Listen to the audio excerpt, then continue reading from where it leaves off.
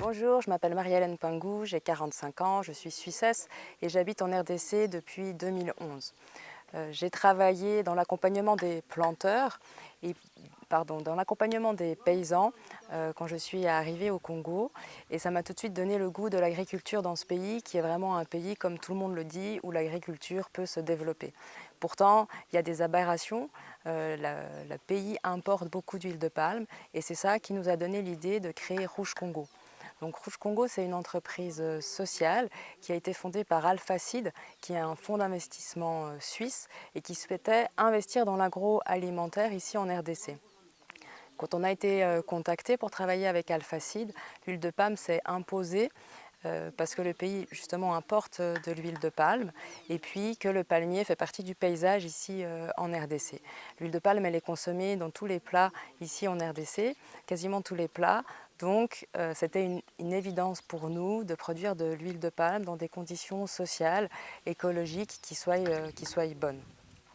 C'est ainsi qu'on a mis en place un projet qui consiste à installer pendant 5 ans 200 hectares de plantations de palmiers, mais dans des petites plantations avec des agriculteurs qui resteront propriétaires de leurs terres, aucune expropriation des terres. On travaillera avec donc les paysans qui seront nos partenaires.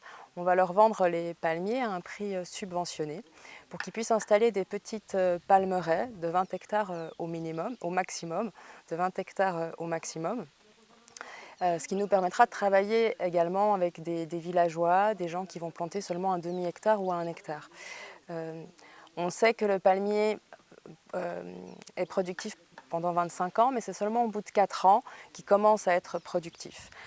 On a déjà commencé à planter les palmiers, mais durant ces 4 ans, avant que nos palmiers soient productifs, dans l'idée aussi de créer des liens avec nos futurs partenaires, les planteurs, on a décidé de mettre en place une mini-huilerie qui nous permettra d'apprendre à fabriquer de l'huile, d'apprendre à travailler avec les paysans pour pouvoir vraiment mettre en place dans 4 ans une huilerie qui sera bénéficiaire, une huilerie qui sera bénéfique d'abord pour les planteurs et aussi pour les consommateurs qui pourront consommer une huile produite localement.